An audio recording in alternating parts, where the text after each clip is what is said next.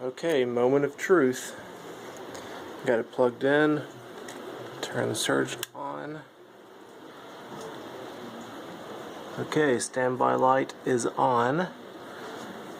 Step back in case something explodes. Hey, hey.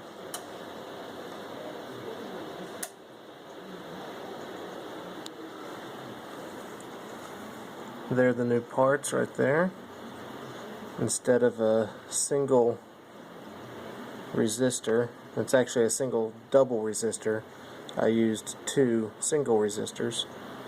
And then the new transistors are on the heatsink. Let's see here.